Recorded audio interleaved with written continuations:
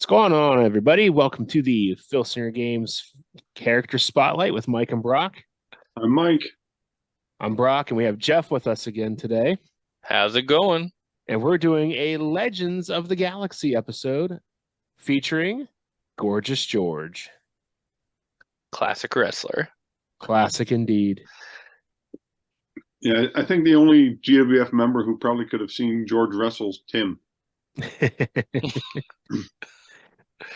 So I know tonight was my pick for the legend. I picked Gorgeous George. I want to explain why I picked Gorgeous George, and that maybe segue into some good memories of or things you've heard about him.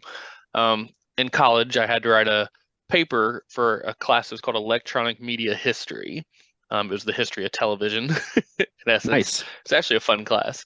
But I entitled a paper called "The Show Must Go On." And I basically discussed wrestling and its impact on the world as far as through carnivals and then going into the debut of television and how Gorgeous George was a center figure of that.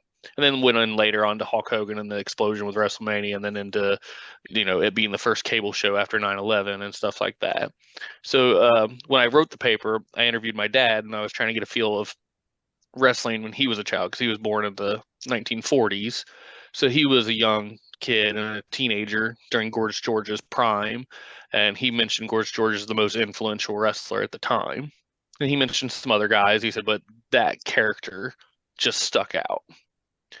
So I really wanted to I also wanted to bring up somebody that was in the first set of Legends, someone that was a little different, maybe not a headliner in the sense of card power, but definitely in personality. Right. I think it's safe to say that the Gorgeous George type character is a staple now in wrestling. Oh, definitely. I mean, when I was growing up, the closest I can think of when I was a little child was adorable Adrian Adonis. Mm-hmm.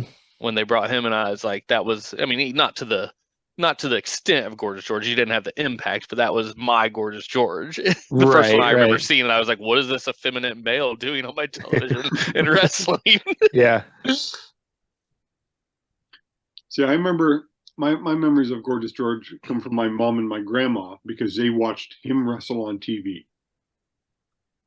Because they had spent time in the States because part of my family is American. My grandpa was American, so they after my mom was born, they back and forth to the States a few times, and they had talked about Gorgeous George because he popped up when I first saw Exotic Adrian Street. Mm-hmm. And then my mom started like, oh, he's just like, he's basically he's Gorgeous George.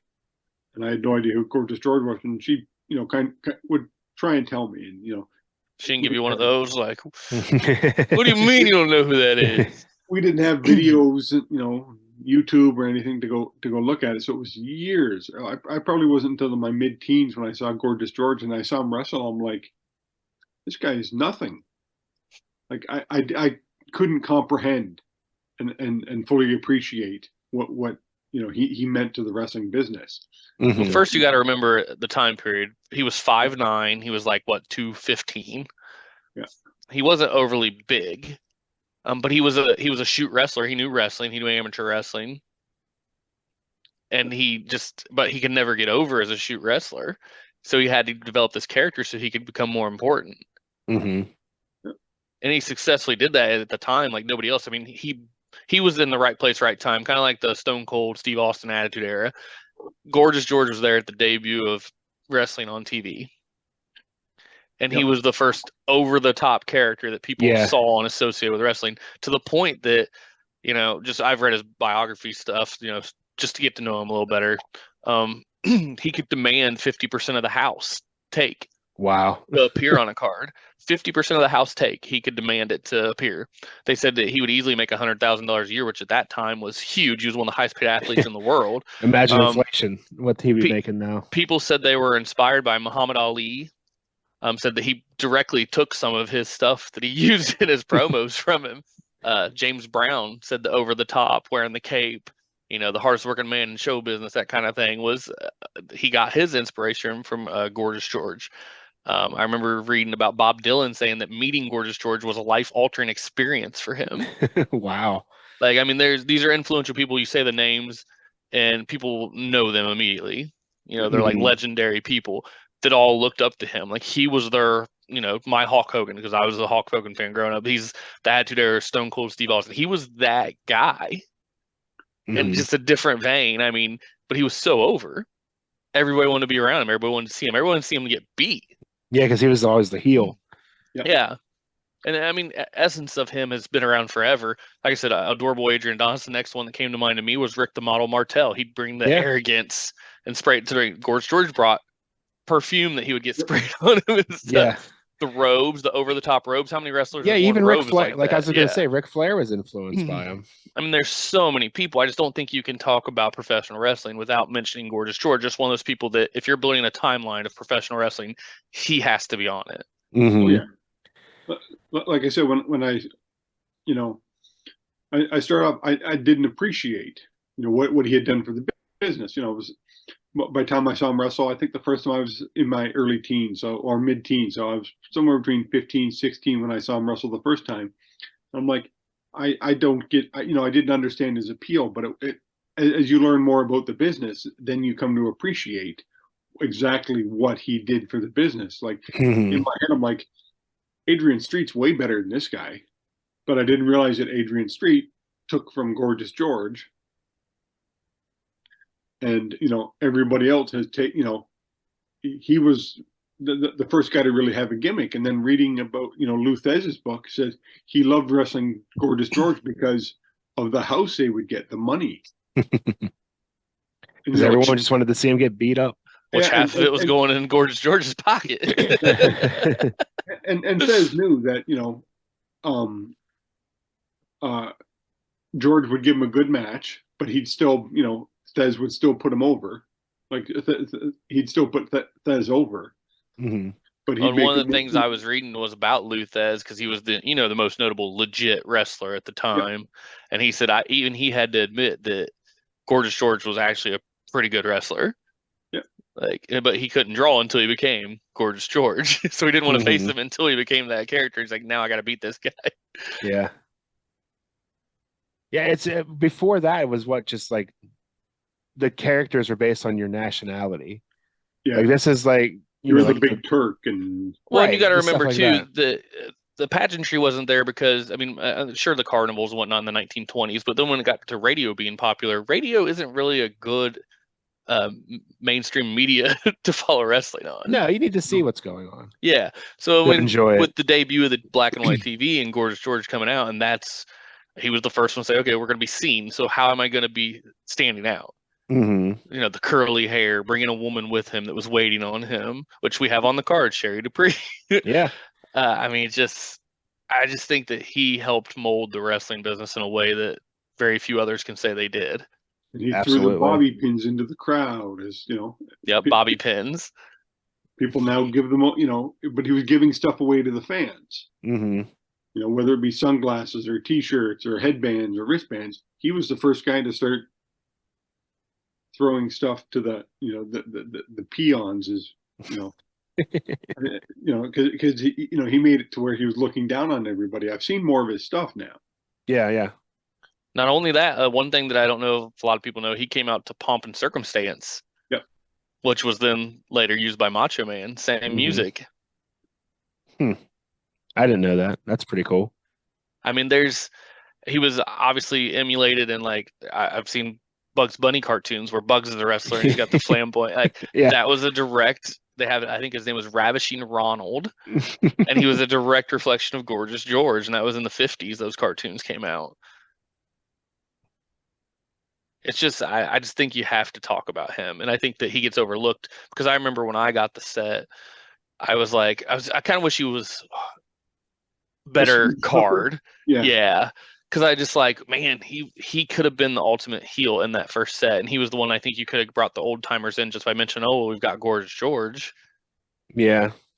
I wish WCW would have not muddied the waters later with a different Gorgeous George of a Yeah. completely different type, Yeah. which is ironic because she came out with Randy Savage.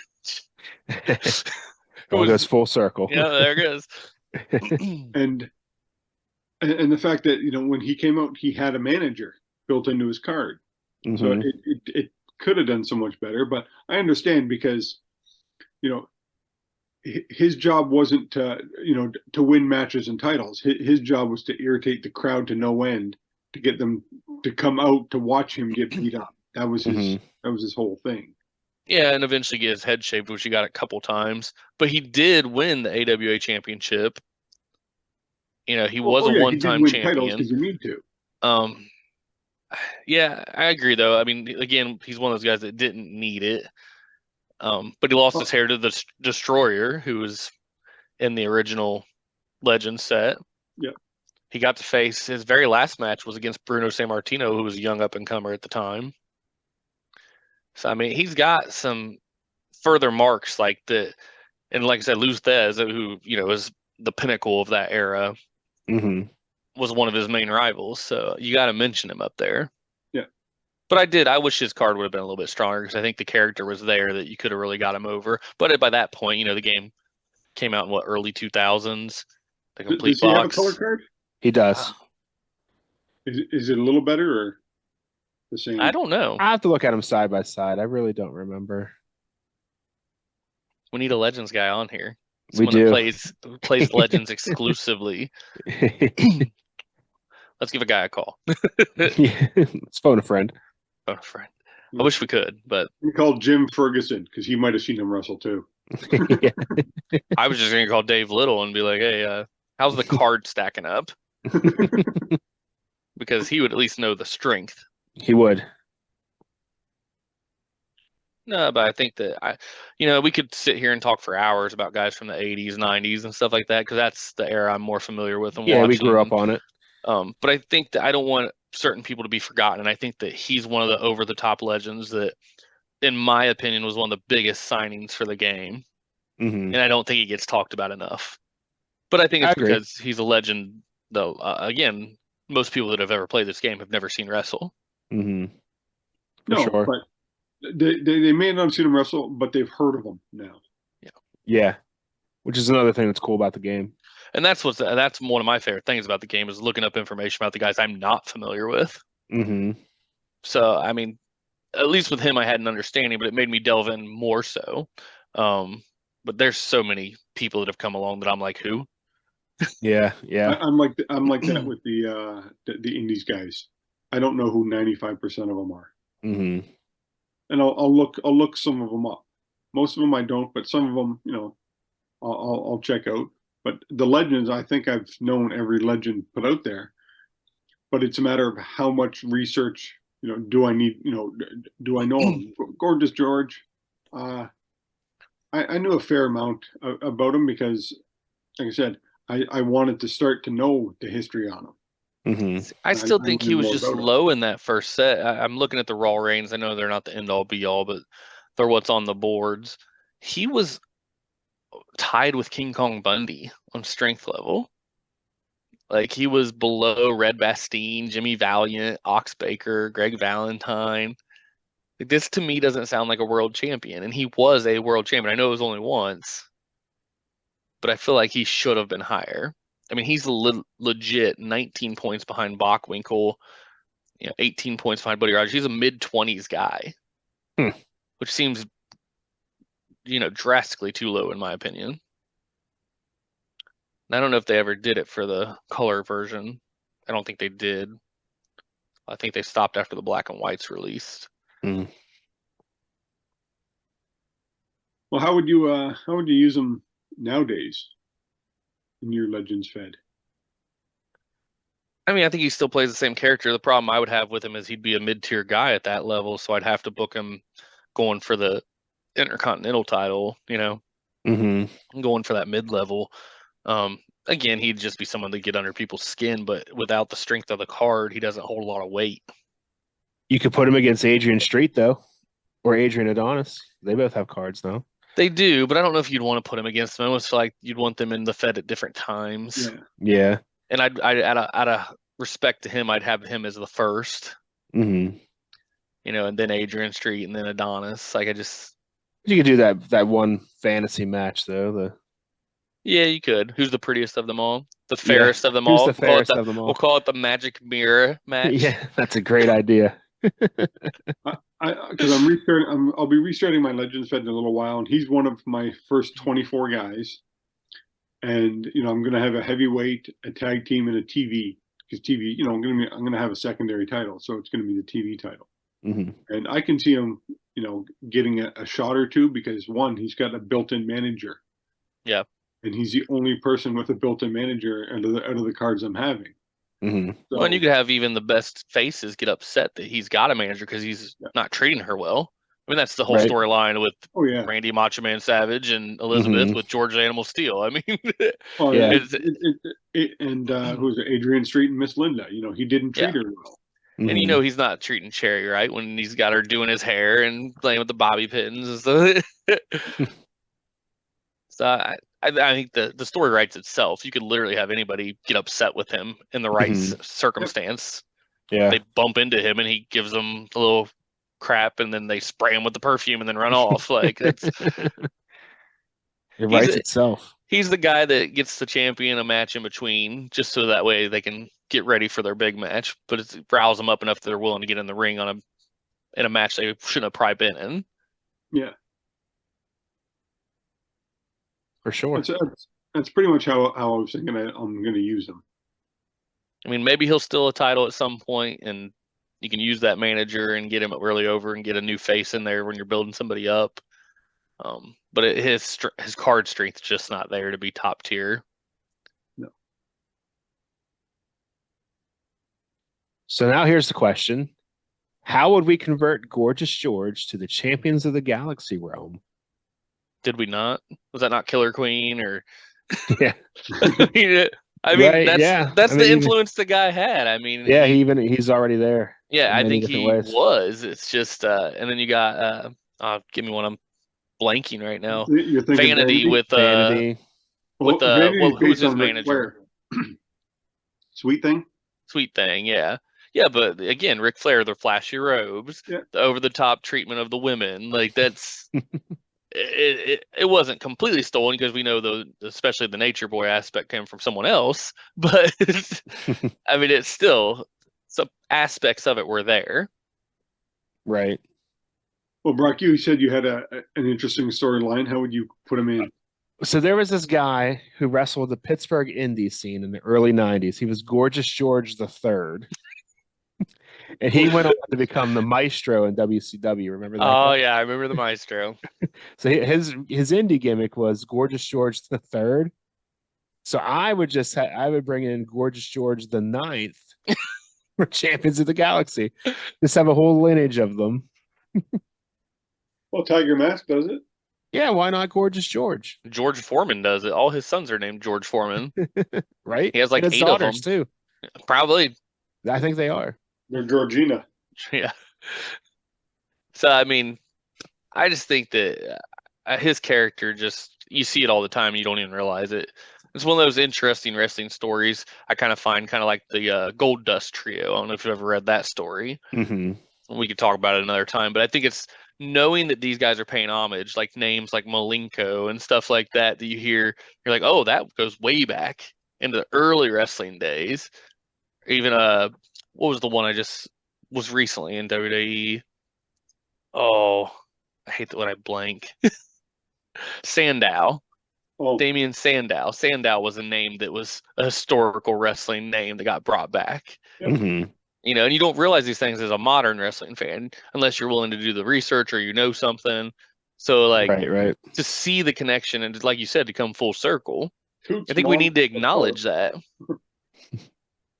I mean, I think I gave the Gold Dust character more respect when I read the story of the Gold Dust Trio. I was like, oh, so that's why the name's used. Mm-hmm. I just you can't get to the modern characters and stuff without Gorgeous George. It just doesn't happen. It's true. The story because I was thinking about it today. And I know he doesn't have a great card, so I was going to have him come in, and he was going to be Killer Queen's love interest. So Killer Queen was going to fawn all over him, and Killer Queen was kind of just going to push Vanity off to the side and go after, start teaming with him, and it would turn Vanity into a face. And then, Vanity would end up feuding Gorgeous George. And then Sweet Thing and Rene Dupree would also have a feud as well. So it's just something I had worked out. Be fun. You could even bring him in. Here's an idea as Darkos before there was Darkos, and his face gets messed up, and that's why he has to go to the mask. Because originally it was Gorgeous George, and then he gets beat down. Now he has to be this masked character. He's already over the top and theatrical. So I mean, you got the aspects there. Yeah. But yeah, he's like I said, it was a good pick. He's one of those guys that are extremely pivotal in wrestling overall. Yeah, he's directly responsible for gimmicks. Yeah. Oh yeah. I mean, not saying somebody would have done it eventually. Yeah, they would have done it eventually. I don't know about gimmicks. Like there were gimmicks. Like Farmer Brown was a gimmick. Yeah. Antonio Argentina Roca was a gimmick. Yeah. But this was the first over the top, and right. Character. Especially in back when he was doing it in the 40s and 50s. Effeminate males were not looked at in the same way they are today. That irritated them to no end. Yeah, and going to these little hick towns and stuff to start, you can only imagine the heel heat he was getting trying to leave the venue if you won a match. Mm-hmm. Especially over a local hero. Right. And all because he stuck a bobby pin in somebody's eye or something. Like, and you know how I've been to many indie shows, even nowadays, where you get people that are up there in their face and yelling at them, and it's like, wow, to do that at that time period where there was no cameras, there was no real protection. Mm-hmm. You know, a rope. Yeah, if you're lucky, there was a rope. Yeah. They're probably sitting on hay bales, so no ringside security. Yeah, no. I mean, it's just crazy to me that he was able to There may have accomplish been so a cop much. there, and the cop was probably on the fan side. Yeah. So I mean, it's impressive. It's like Broc said, somebody would have done it eventually. Yeah. Would they done it with the same pizzazz or gotten so many aspects of it correctly, from the hair to the bobby pins to the perfume to the robe to the music? You know, like that. I don't know. I mean, they might have had some aspects and not hit them all. Right. You know, before Hulk Hogan was Superstar Billy Graham, does anybody talk about Superstar Billy Graham much these days? Not really. He's not the Hulk Hogan. He's a great wrestler who had his time, but he's not Hulk Hogan, who came along and did it better. Oh, yeah, because Hogan said the two guys he ripped off the most were Superstar Billy Graham and Austin Idol. Yep. So, I mean, yeah, somebody would have done it eventually, but would they have nailed all those check boxes? Probably not. No. Nice. That's the thing about wrestling is, people will steal from others, and it's, can you make it your own when you do it? Mm-hmm. It's an American Idol art form. It really is. Sing someone else's song, but make it your own. It really is, though. I mean, I think we're at a point now where everything's been done. You always think that, and then you get surprised. Yeah, but but it's fewer and far between. Mm-hmm. There was a time when Jake the Snake Roberts DDT was like, wow, did he really just do that? Now there's 10 in every match, and now there's tornado DDTs, and there's off the top turnbuckle, and it's all kinds of stuff. But wrestling's also an area where you got to suspend your disbelief. You're like, wow, this undead biker guy has braids and listens to rock music as well. Yeah. And can summon lightning. It's, you got to suspend your disbelief at some point. Mm-hmm. But where do you draw that suspension? Right. Yeah, it's funny because like I'll accept a lot more storyline wise than I will move wise. Oh yeah. Like storyline wise, my mind will wander and be creative. But when you do a move, and I think that wouldn't hurt. that I have trouble with. Or the opposite of that, where they do a move that looks like it should have killed somebody. Oh yeah. And they kick out at one. When I think that was my hardest part growing up is when people were getting punched and nobody ever bled, and I was like, man, I get hit like once and I start bleeding. Am I that weak? Yes. Or how do these guys take so many punches? I learned when I was getting training. I was given like 5 moves, never to do in a match more than once. They said, if you punch somebody, stop it 2 or 3 times, because if you can't, beat somebody down in a few punches, then people are going to think you're, a wuss. Mm-hmm. Eye rakes, sell the eye rake. You get somebody poke you in the eye, it's going to hurt. I ended up in the hospital when my 2-year-old poked me in the eye.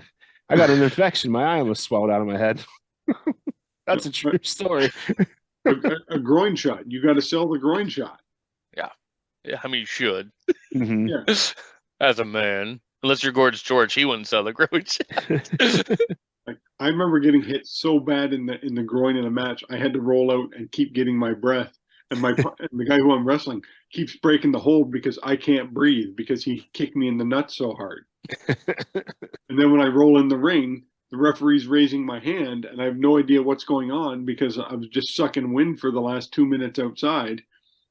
And it was because the guy who I'm working with is arguing with the ref because he knows he's got to buy me time.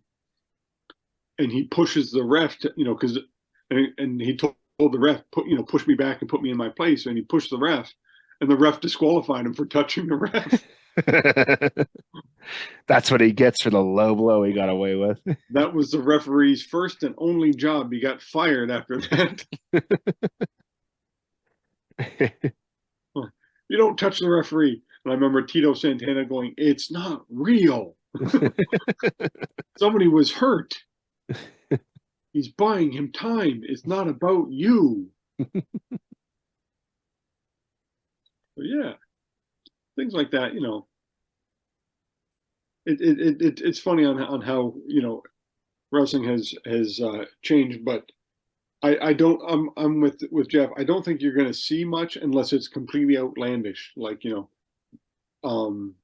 what's it, the dinosaur kid or whatever in Luchasaurus. I was big on him Danhausen. at the start of it. I liked Luchasaurus. Was he in Lucha Underground He was. at the end? I thought so. I don't remember the very end of Lucha Underground. I watched the beginning quite a It's bit. on, But I think it used to be on Netflix. I know at one of the GWS they all came to our room when we watched it. Remember that was Tom first time we ever seen it. We watched like a full season of it with Tim and a few others that came to the room. Yeah, I don't know. But we can probably put this one to bed. All righty. Thanks, everyone, for watching. If you have not yet, please click that subscribe button below. Somewhere here. And if you like the video, give it a thumbs up. Also, while you're here, please check out the links in the description below where we have the official Filsinger Games podcast roll up, the Legends team's Uncharted Territory, the Filsinger Games fan cast from Grant, and Lee Longpre's Dizzy Dice. And here on YouTube, we also have Solo Promoter from Grant, After Further Review, and Heartland Championship Wrestling from Dave Little. Check those out. And if you have anything you'd like us to add, please just let us know. We'd be happy to include your links below and get your content out there for everyone to see. All of 116 of our followers. 118 of our followers. 5 away from the goal. Of 123 in 2023. We aim high here on the Filsinger Games Character Spotlight. So thanks again, everybody, for watching, and we'll see you next time. Good night, all. Good night. Later.